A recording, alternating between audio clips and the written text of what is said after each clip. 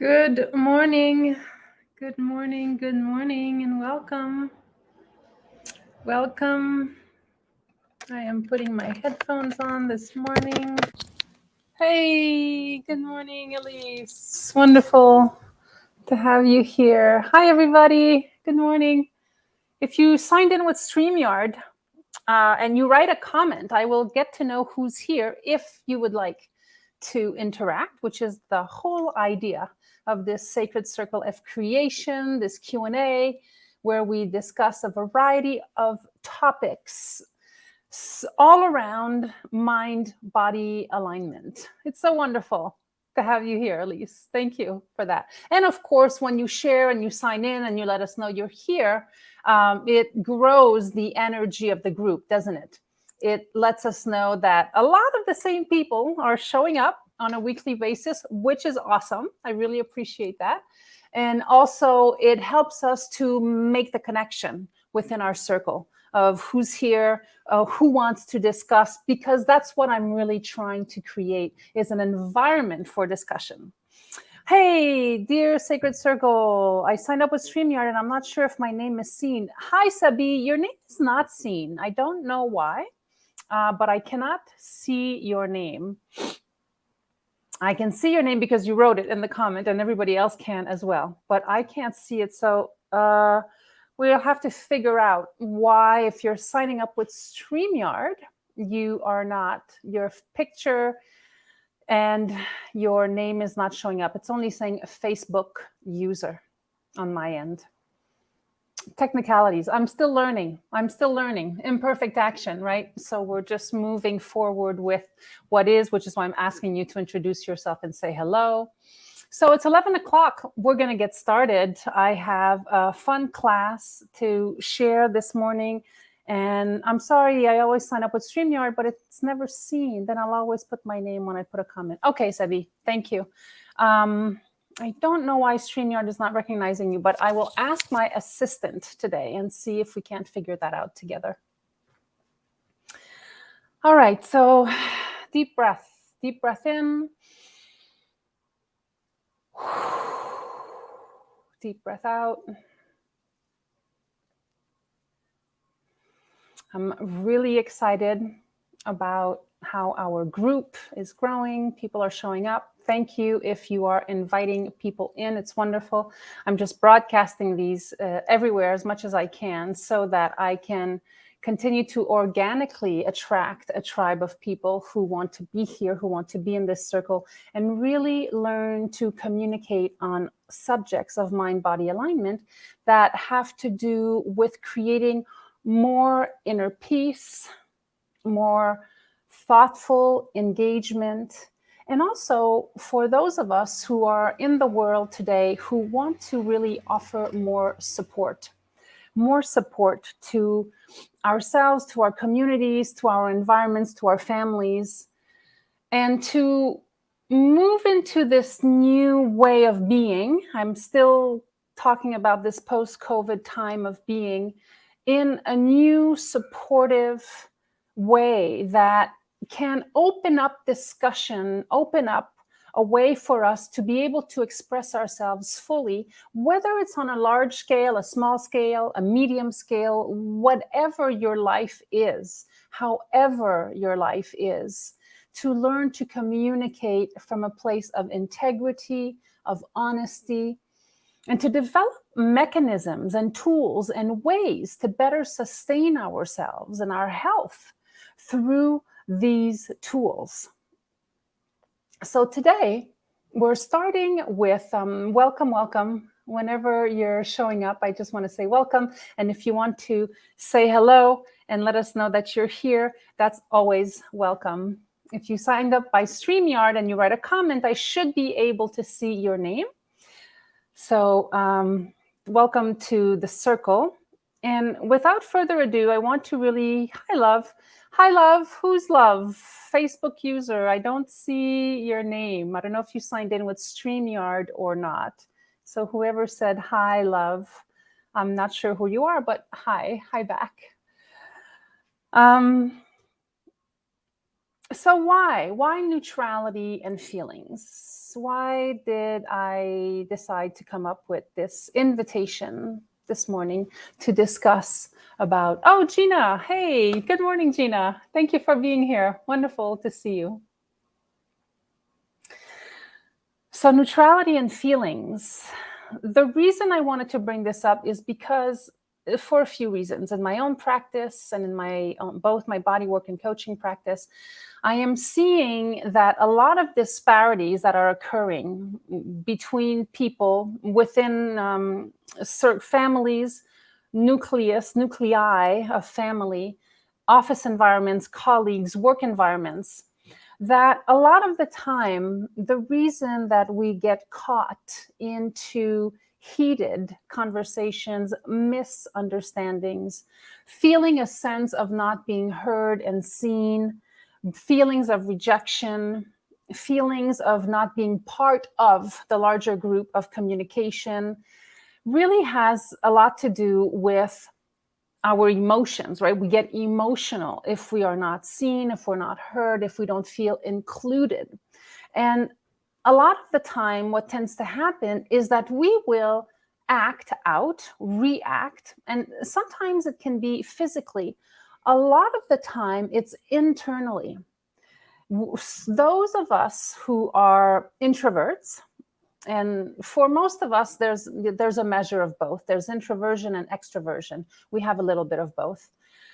And if we implode, if we invert, if we keep those emotions inverted, if we don't get to be able to express how we feel in a mindful manner, then it's just as bad as if we were to overreact and put and spew out words of anger or discontent on the outside. So what I mean is, either way, if you're having very high highs in your life, if you're someone who tends to be a very high feeling person, or if you tend to experience a lot of highs and lows in your life, over time, this gets very taxing to the body. It gets very taxing to our nervous system. And it's not a sustainable way to live one's life. And the reason I know this is because I am that person who has had big highs and big lows in her life. I'm someone who rides fast. I ride the horse fast. I ride the motorcycle fast. I work fast. I walk fast. I'm someone who has that momentum naturally within her. And what's occurred to me over especially the past year is a deeper relationship with how to balance my relationship with these highs and these lows. And when I am not able to express them in a way that is mindful, grounded, what tends to happen is I will keep them inside, and in some other area of my life, these emotions will show up, and they're kind of insidious and they're kind of sideways types of emotions that show up unexpectedly in ways that I would not think they would appear. And sometimes, and a lot of the time, I should say, they show up unconsciously. So over the years of practicing my own meditation practice, and you have to understand, I'm a decades-long meditation practitioner, and even decades-long meditation practitioners will encounter, right, this relationship with these very high highs and very low lows, and we kind of ride our lives in this way. And I think with the blessing of COVID last December, when I was really sick, I had probably for one of the first times in my life, the direct physical experience, an adversity, right, to this thought model that I could no longer operate at this pace of either letting myself get very high or getting the blues or depressed about something.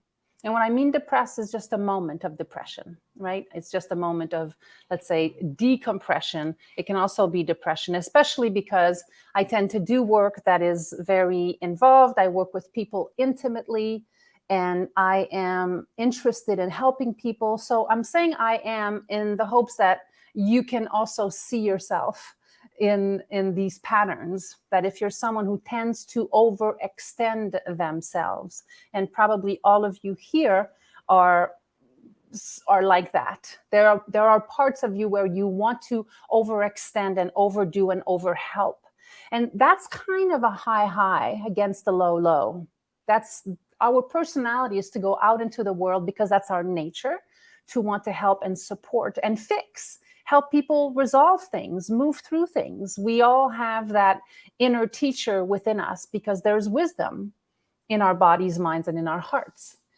And so, yes, Elise, yes, and over empathize. Absolutely true. Over empathize, which gets us in trouble. Because whenever we move beyond that place of center, and it's that place of balance, and you've heard about this your whole life. And I think that part of being human is to process and experience and to learn how to balance in the middle of the highs and the lows in life. And one of the amazing tools that I have become more familiar with over the past years is this relationship with neutrality. So I just want to take a moment and say welcome to who has joined us recently. If you want to sign in and write a little comment, let us know that you're here. If you signed it with StreamYard, usually I'll see your name show up, and would be really nice to just know who's on the call. So if you want to say hi, it would be lovely to see your name show up in the comments. So this concept of neutrality.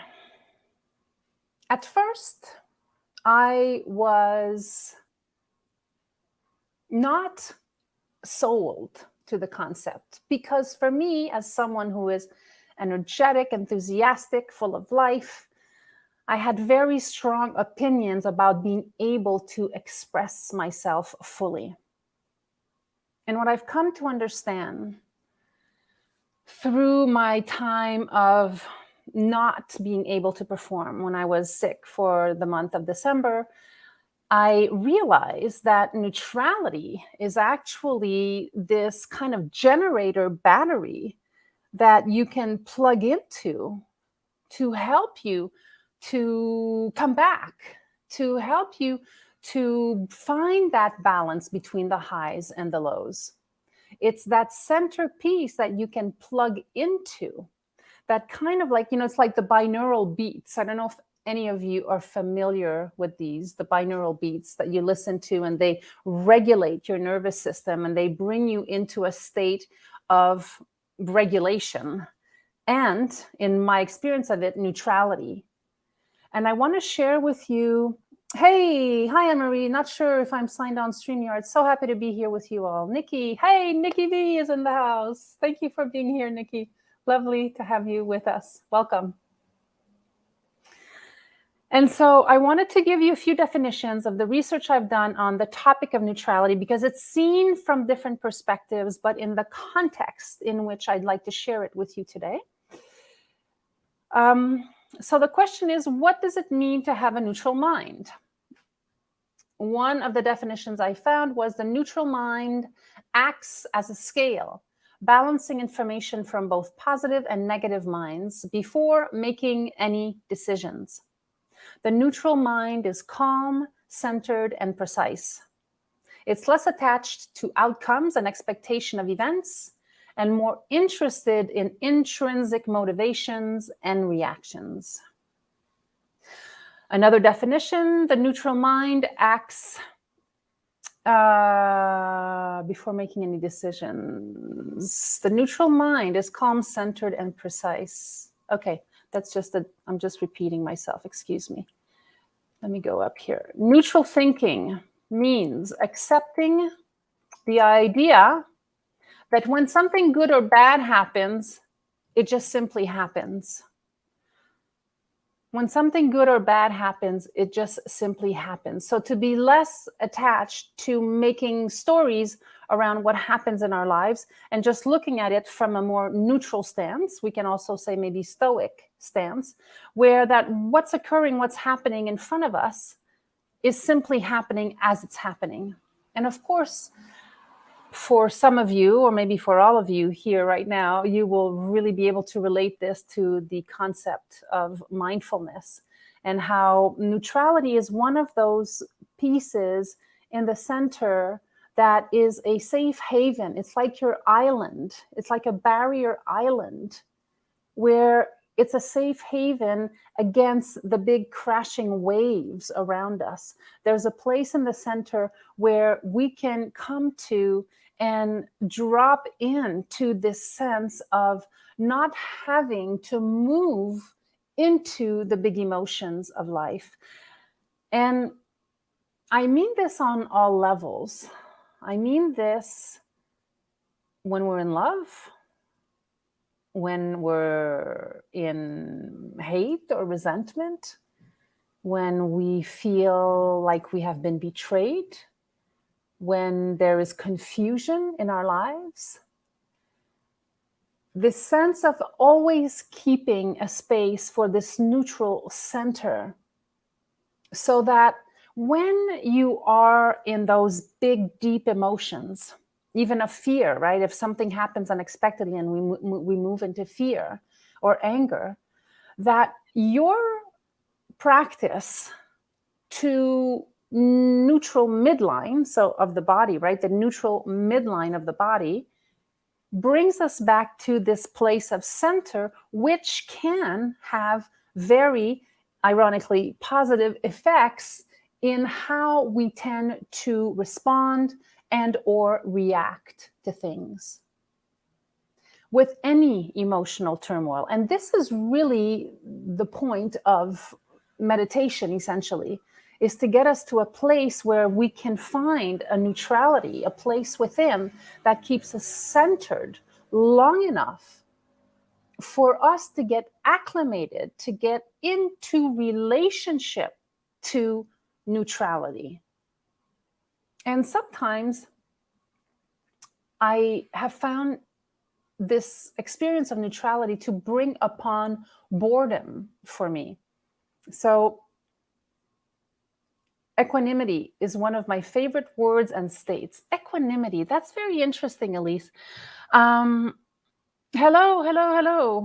There's maybe another Facebook person. I'm sorry, I can't see your name. So if you're here, just write your name in your little comment so I know who is on the call. So equanimity is an interesting one. I don't know if equanimity is neutrality, though. If you want to share more about that, Elise, that would be an interesting place to expand upon. I'm not sure that equanimity is neutrality. Let's look at that together. Let's explore that together a little bit more. So back to this sense of finding your, I was saying that when I meditate, right, when I go into, so, you do your daily meditation practice. For anyone who has a regular practice that has to get up and sit on their cushion every morning, I have certainly had mornings when I don't want to do it. I don't feel like doing it. I can be bored. And in those moments of boredom, I have been able to play and explore with this idea of neutrality. Because it requires, actually, I think it demands a level of respect. I think that neutrality, when we start to practice it, demands a level of respect so that we can sit in this space. And it takes a little time. Like anything else, it takes practice. And the more you will fall into this state of neutral awareness, what tends to happen is our whole demeanor physically in life tends to shift. So, for example, very physical manifestations is we tend not to walk as fast, like we stop rushing all of a sudden. There's more of an overview of the situation. There's more of a horizon view of the situation, so that there's less impetus to move into the next thing very quickly or to get to the next place very quickly, because we can balance ourselves a little bit more gently, softly, and we're not afraid of taking our time. It's like when you're in conversation with someone or with a group of people, and I've certainly noticed that for myself, and people are talking, and you would like to share, you would like to say something, but there's just people talking, and it's very difficult to interject something or to simply say, oh, well, what I think is this. It's a little bit like that. You stop trying to interject or to make a point or to say anything to cut someone else off. You just take a step back and you basically listen to the movement of what's occurring. And then if there's someone in the group that taps into the energy of what's occurring around you, usually someone will extend an invitation or a hand and will say something like, hey, so at least, what do you think about this? So Elise shares here about equanimity. Sure, a sense of composure and calm and centeredness, no matter how good or bad, how high or low, a sense of non-attachment to emotional states. Okay, so this is a great definition of equanimity. And it certainly sounds like neutrality. And I think that also equanimity, I think the baseline, and I might be wrong, the baseline for equanimity is really seated in the art of compassion. It's related to the state of compassionate awareness. That's my thought, or that's what I've read. I think equanimity is a tricky one. It's definitely a tricky one to unveil. And I think that you're absolutely right in what you shared, Elise. Yes. Okay. So thank you. Thank you for confirming that for me. So let's see how neutrality might be a little bit different than equanimity, in the sense that neutrality is not necessarily the baseline for it is not necessarily in compassion. It's has even less intention than that, in a sense. So let me share with you what I've researched here. This is an article I found online from this gentleman, Gebsky. So I paraphrase here and I intersect with my own insights.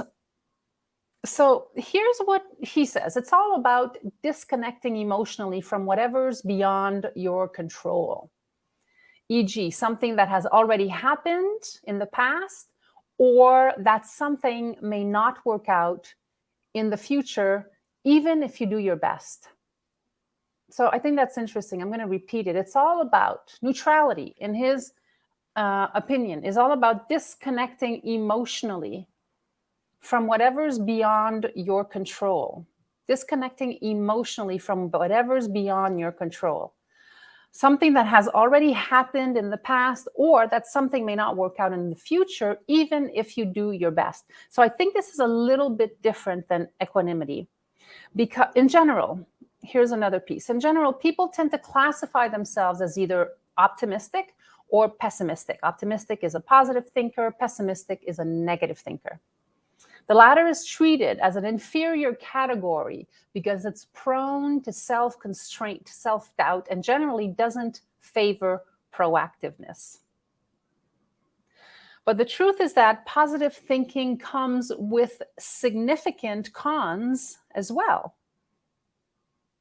Positive thinking may lead to delusions and detaching from reality, mixes poorly with actual failures and mistakes, creates the impressions that some things will be well by themselves, while in the real world, sometimes one has to acknowledge and soothe falls. So I'm curious here, I just want to take a little survey. In this group right now, if you were to be asked, in your personality type, the type of person that you are, would you tend to say that you're someone who tends to be more positive, negative, or neutral? So just write your answer in the chat here. If you consider yourself to be someone who tends to be more positive, negative, or neutral, based on what we have just discussed on neutrality. So just take a moment and funny. Elise says, oh my gosh, all three.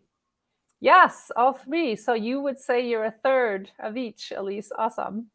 Sabi, you tend to be more positive.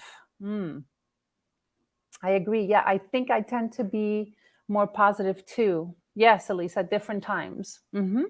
But it's an interesting thing because even to say that you might be all three is also a place of maybe balance where you navigate between the three of them. But Elise, I'm going to challenge you and ask you at your baseline, what would you say you are? How do you consider positive, negative, or neutral at your baseline? So here's someone who wrote negative to neutral and also some positive, all but good to take some time to consider. Excellent. So I don't know who this is, that negative to neutral and also some positive. Is that you, Gina? I'm sorry, I don't see your name pop up for some reason. Elise, okay, at baseline you would say positive. Okay, I experience the highs and lows, can worry too much. And in my affirmations right now, focusing on the positive of one I am receiving because I give my attention to what I bring alive. Beautiful. Okay. I don't know who that is. I experience the highs and lows. If you can write your name, both negative to neutral, and I experience the highs and lows. If you can just write your names when you write a comment so I know who you are, that would be helpful for me. Thank you. Nikki. Okay. Thank you, Nikki. Can worry too much. Can worry too much in my affirmations.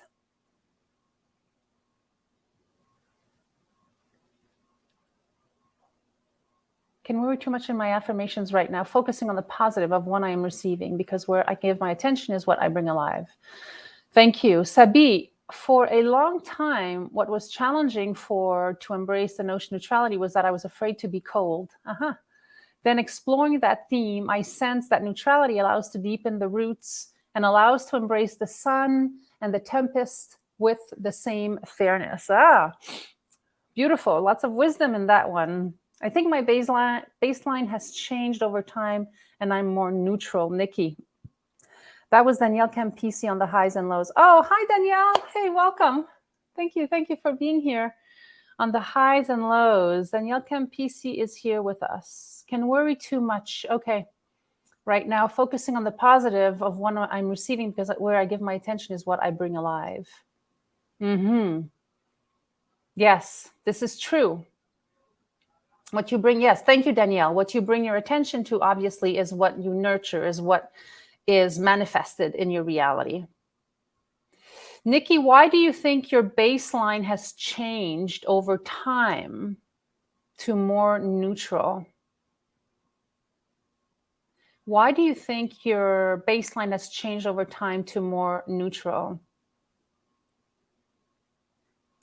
Danielle Campisi says, meant to say, I am reciting, I am so happy and grateful now that I am happy and healthy, focused on the positive. Good.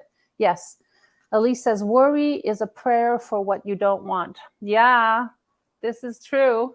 And yet we worry. And yet we worry. I take more time and pause in situations. I'm guessing that's Nikki. I take more time and pause in situations. Yes. I'm guessing that's you, Nikki, responding to my question. Excellent. Thank you. Nikki, answer. I pause. More slow down. Awesome. Thank you. Yeah.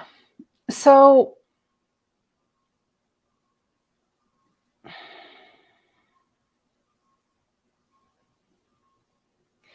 neutrality in the context of this call. is an invitation for us to explore more of the center stage of our life. To take a step back and to really start to use this process of thinking deeply, of contemplation, so that your feelings are not in control of you, but rather that they are a part of the composition of you. Your feelings are in the orchestra of you, and they are not you. Neutrality is that space where you can come back to recharge and plug in to your cushion or your blankie of safety, where you decompress and you give yourself a chance to tap into what's going on a very physiological level. Your heart rate, how you're breathing.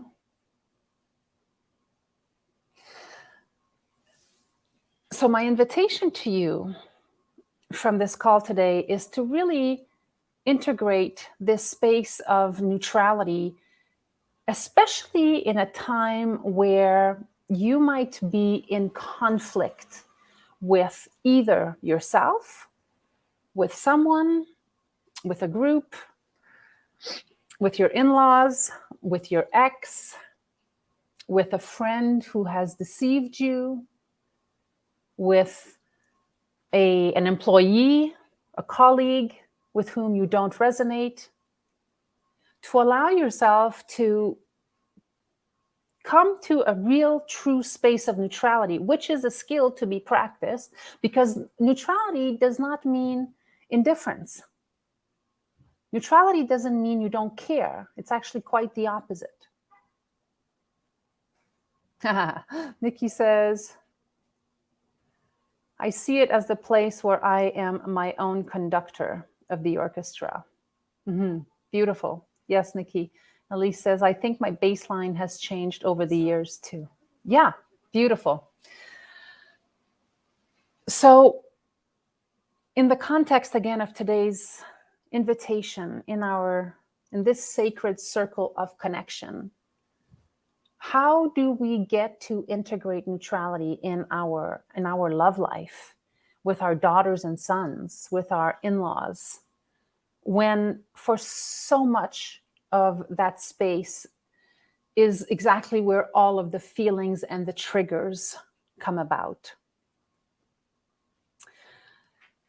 Savi, so the neutrality helps us to be the conductor of the orchestra or the captain of the boat, right? It activates the solar plexus when I write that.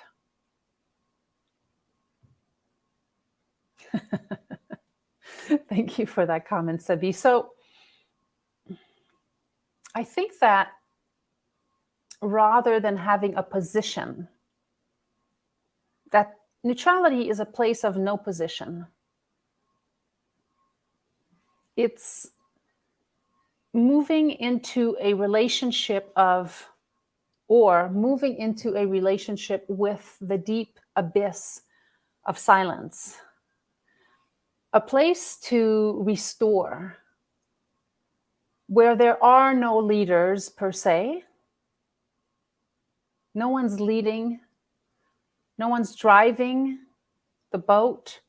Rather, we come to a place where, if you can imagine yourself sitting at the bottom of the ocean, and you have a regulator, so you're breathing, you have a regulator, but I want you to feel that somatically in your body.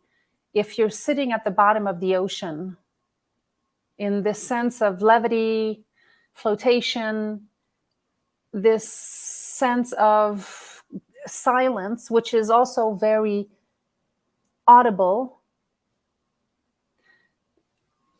kind of, or another analogy would be like sitting on some hot sand or sitting on some beautiful red clay where you just kind of melt in a little bit. And there is this sense of freedom and liberation and wholeness because there's nothing pulling or pushing. There's just a centered state of being. Does that make sense?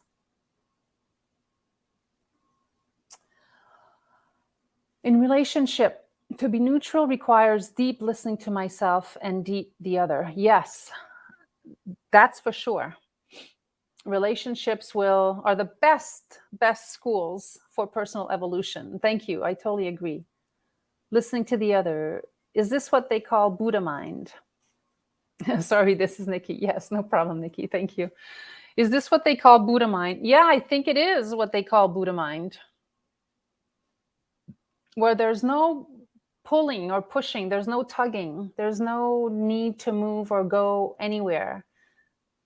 It's a deep place of repose. And in that space of repose, the more we can practice with the space of neutral repose to be in the center, it changes the way that our life evolves around us. Because the more you are out of the state of reactivity, the less you are in relationship with having to voice yourself in a certain way on a certain topic. And the more that we slow down, the less we are going to respond from a place of emotional distress. This is not to say that we don't have emotional distress. It doesn't mean that we don't react. We do, and that's human. That's fine. I'm just inviting you into this practice to, hopefully see over time if this concept of neutrality might be helpful to you, as it has been for me. And from the articles that I've read when I did some research on this, of course, with so many things, the times when we tend to really get into contact with these types of experiences and the possibilities of seeking deeper is when we are either sick or disabled on some level physically. When we are physically disabled, when you are sick, when you're not well, a lot of the time there is space for this relationship with like, wow, okay, what am I really focusing on in my life? Where am I investing my energy in my life? Because for a lot of us, if you have ever gone through a serious disease, or if you deal with a chronic condition, there's a lot of management of your energy. There's a lot of really important decision making that has to be done, because if you don't take those decisions to improve the quality of your physiology, your energy in your life just keeps moving on regardless. Life doesn't really care whether we are sick in bed for 3 months or if we're being super active building a company for 3 months. In this context, it just keeps going anyways. We have these sayings of like, oh, the universe will prevail, or, my life is going really well right now. God knows I've used them and still use that regularly in my speech, in my language. And at the same time, what I've realized is that for someone who is very active, I have found that this concept of neutrality has really helped me to shape the quality of how and where I invest my energy.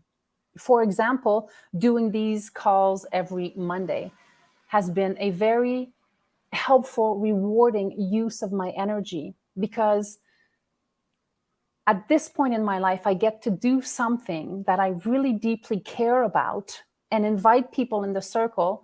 And it's never about how many people are going to show up. It's not about the exterior conditions that affect me. It's much more from my deep place of what I'm meant to do in my life. and what I am doing, where I'm investing my energy to strengthen my core and to enliven my heart and my life and my energy.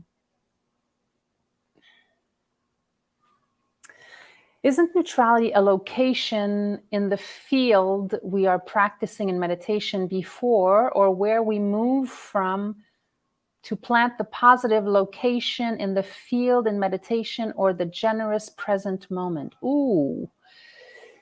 I'm not sure who wrote that. And if you could clarify your statement, I'm not sure I'm understanding it. Sorry. Sabi writes, is neutrality connected to letting go? Yes. In some ways, I think that the practice of becoming more neutral has certainly components of letting go. It's, I think, a deepened relationship to letting go, where you don't feel the need to let go anymore.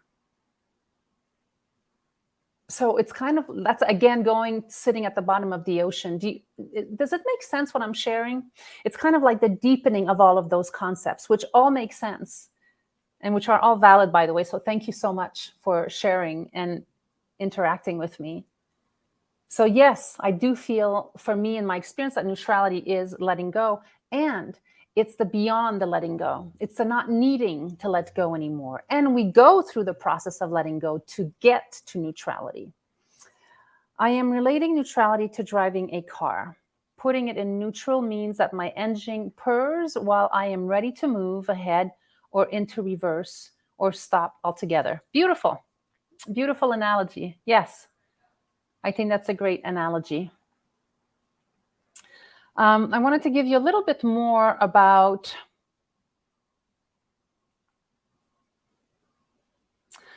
the concept of going from positive to negative and neutral.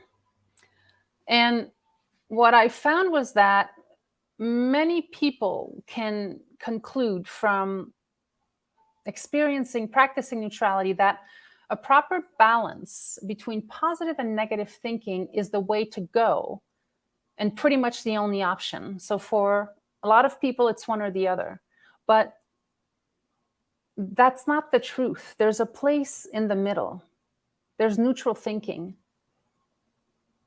So neutral thinking is not maneuvering between optimistic and pessimistic. It's not about maneuvering all the emotional baggage, both positive and negative. Doing that is actually expending more energy. That's a burnout situation, trying to manage the positive and negative, always thinking, right? Think of yourself when you get caught in your thinking mind or trying to resolve an issue or a problem. So it's not about going on one side or the other. Thinking neutral is about removing all kinds of emotional postures out of the equation and stopping qualifying happenings as white or black. Treating facts as what they are. Immutable events of the past, pieces of knowledge you can learn from, unique experiences that broaden our perspectives, and inevitably can always be turned to our advantage. So in a sense, being able to think neutrally gives us some leeway into molding our minds to think in the way that we want them to think. But if you are someone who is on one side or the other, it's very different to come to a place in the center. And it's such a huge thing that's happening in the world right now. Everything is dichotomous. Everything is white or black, right or wrong, left or right, blue or red.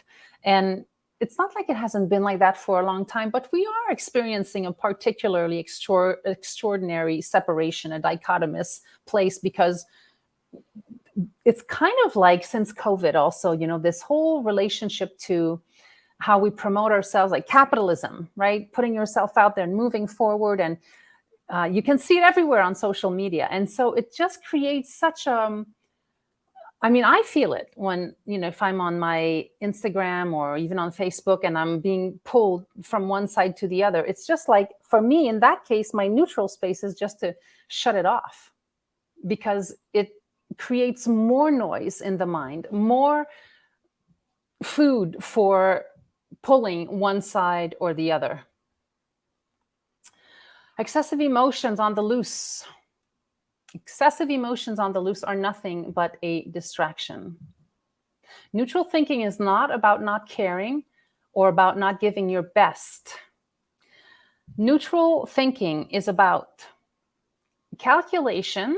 In this case, I'm talking about thinking, right? Calculation, how much energy, time, effort, money to invest in something so that gain/probability outlay formula result is maximized. That's in the thinking process, thinking neutrality. Doing just as much while acknowledging the possibility of failure.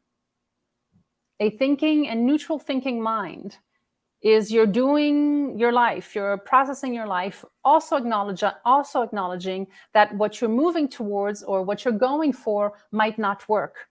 And to hold that space in the middle of those two possibilities. Living on with the outcome while learning the lessons of the future and even the painful ones.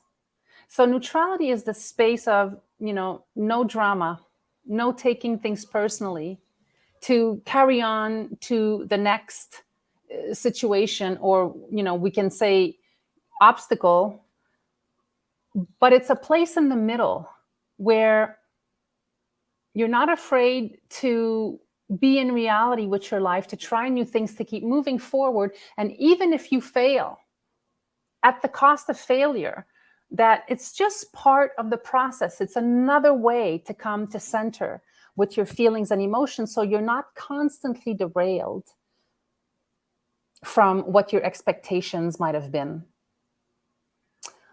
I'll never forget, someone somewhere told me, or I learned somewhere, that expectations always garner disappointment. And I never forgot that, because when that really sank into my system, I was like, yes, when I have a certain expectation that someone will be a certain way or something will turn out a certain way, and it doesn't, I am always disappointed. It is a surefire to disappointment. And so I've kind of sat with that for many years. And I've really come to understand that when I have an expectation that's not met, I either have the choice to manage it myself and to process it, or to use the art of mindful communication and to bring it to the fore so that I might be able to clear the air for myself. And that's not always easy to do, as I'm sure you all know. So let's see. Sabi, I can't help thinking Bruce Lee saying, "Be water, my friend," connected to neutrality. Beautiful. Danielle says, life favors the positive, I think was proven. Can't remember where. And time is indifferent, marches on. Beautiful. Thank you. Yeah, I mean, life favors the positive if you focus on the positive, right? But if you focus on the negative, life will favor the negative also. It's so subjective as to where we put our energy, because do you not have, or have you not met someone in your life? Danielle, everyone, but Danielle, I'm asking you based on what you wrote, which is so awesome. Have you never met someone in your life where everything just goes wrong over and over again, and you can, and that person kind of lives of this space of things not working out for them? It can just never work out for them because they're living in this state of negativity. And it's interesting because I've known people like that, and I've also known people who live in a state of, well, let me rephrase that bad things happen to them a lot of the time. They'll be into an accident, or they're prone to accidents or falling or hurting themselves. And yet their outlook on life is one of cheer and moving forward and moving on and more towards the positive. So it's not an easy combination of emotions. It's not an easy there's no easy answer, essentially. But the reason I wanted to bring this topic of neutrality today is to share with you this possibility for you to start to view your life and to teach your children and to teach your students and your clients by modeling this place of neutrality where you don't fly off the handle, even if you're disappointed, that there is a way to express your disappointment, that you won't re-trigger the fear of abandonment in another because of your disappointment. This is really important. A lot of the time in our relationships and our couples, we will trigger the fear of abandonment in our partners based on an argument that we've had or something that we say, because we have not been able to hold back words that are harmful, or to use an example from the past and bring it up again, throwing that example in my face again type of thing. So this idea of being neutral is actually, I guess, a really profound act of kindness without it promoting itself as such.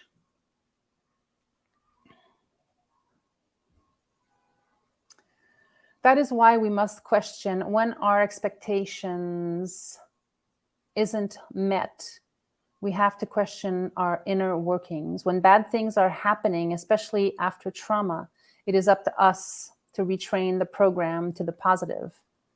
I am working very hard on this right now. Thank you. I think that's you, Danielle. Yes. Thank you so much for sharing that. Yeah, trauma is a whole other conversation. And how do we reweave the fabric of our heart space, of our trust in the other, in the world, in our life? I'm so glad you're here, Danielle, because this is the type of circle that supports that type of healing, that type of conversation, and that welcomes you. And I'm so grateful for your vulnerability and honesty. Thank you. That touches me. So, my friends, we're at the end of our session for the day. I'm looking over my notes to see if there's something I wanted to share with you. Well, of course, I can leave you here with a few tips to help you cultivate the neutral mind. A few tips to help you cultivate the neutral mind. Of course, meditate daily, contemplate, sit with yourself, listen to guided meditation, anything that will help you to practice this sense of calming down, of sitting. That's the first doorway into neutrality and neutral mind. Also, you can find some very helpful exercises, breathwork exercises on YouTube to balance your left and right brain hemispheres. Let's see, there's a bunch of them. I mean, I'm not going to tell you, I can actually send you the links, but if you just Google on YouTube how to balance right, left hemisphere of the brain, you'll find a ton of breathwork exercises on there. Of course, there are all the ones that Wim Hof is famously known for right now. And there are many, many, many more that are way, way, way older than what Wim Hof is offering, which are also good.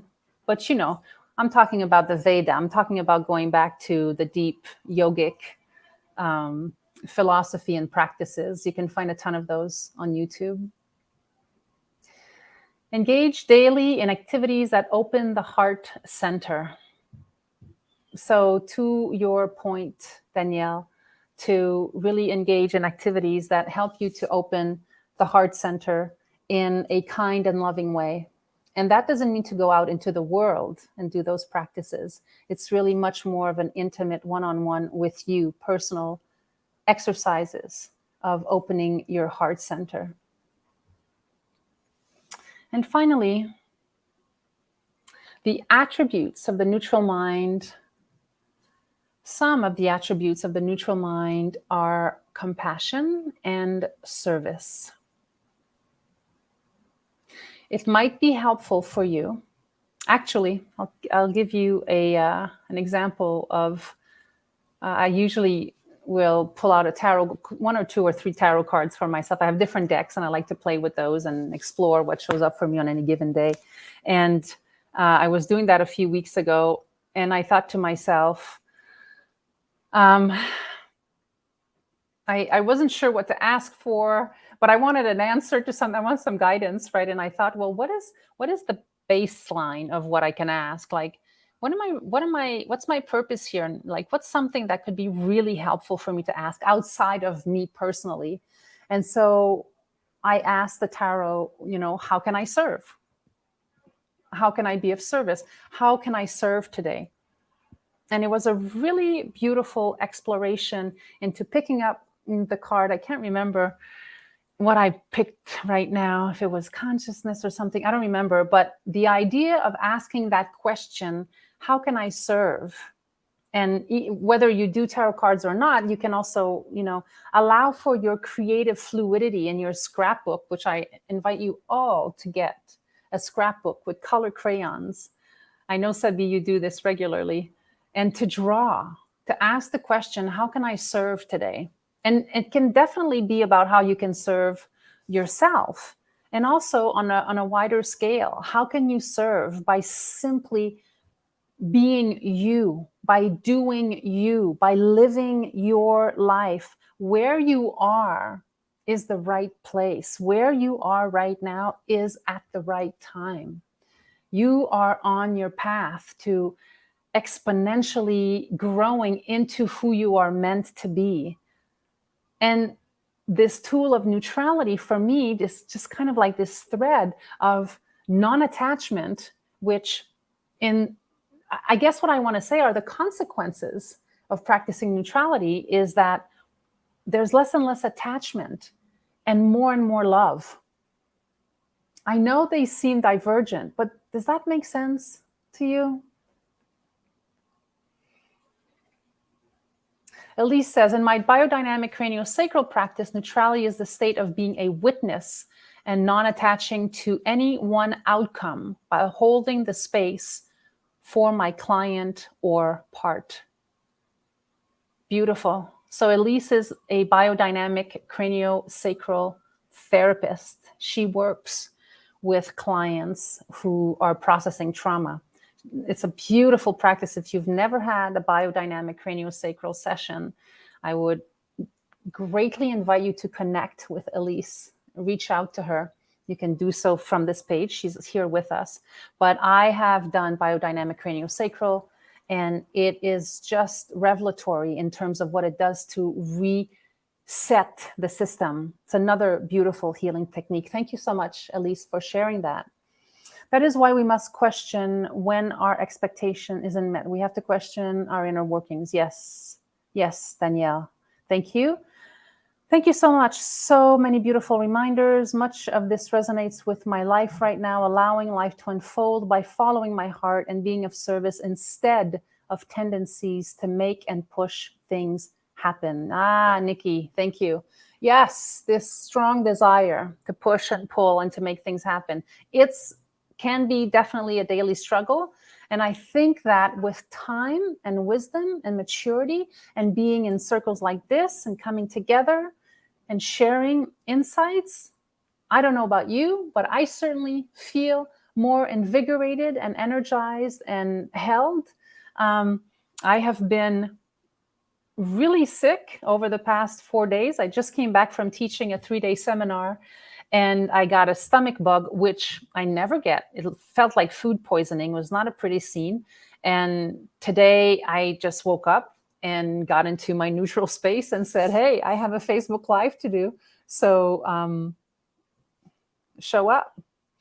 And of course, it's a loving circle. So what I want to say to you is that being here with you today has given me energy and strength. And I want to thank you for that. Thank you so much for being here. Thank you for your interaction. I deeply appreciate you. If you know of anyone who might benefit from joining us in our circle, please invite them to request to join the group, and I will, and let them know to let me know who has referred them, right? Referrals are always the best way to grow these organic circles. If you have any additional questions or comments or insights, please feel free to write them on our Facebook page. The idea is to create really a group of really conscious, present beings who are growing into the best version of themselves, the bad, the ugly, and all of it, all of our flaws. We are beautiful, wonderful beings of light. And I love you all so much. I'm so grateful to have you here with me today. Thank you, Anne-Marie. It makes sense of me that neutrality is connected to love. I am practicing mourning over a deep bond, accepting the transformation of the relationship, and doing my best to come back to my center right now. I do feel that it connects to love, to be in that process and intention of neutrality, even if I sense that I'm not in that point yet. Yes, I'm in the process of envisioning myself there. Merci, Anne-Marie. Merci, Sabi. We go through so much, don't we? Thank you for sharing that, Sabi, for being vulnerable and share that. Thank you for showing up and radiating your beautiful being and well-being. Thank you. Thank you. Feel better. Yes, I will feel better. I'm already feeling better. I mean, I definitely had to coach myself a little bit this morning, but I really see the energy just from being together really has helped me to feel better. And my heart reaches out to you. Thank you again. Have a wonderful, wonderful week. I'll see you here hopefully again next week, Monday, 11 to 12-ish. And reach out to me. I'm here for you. I love you. Thank you.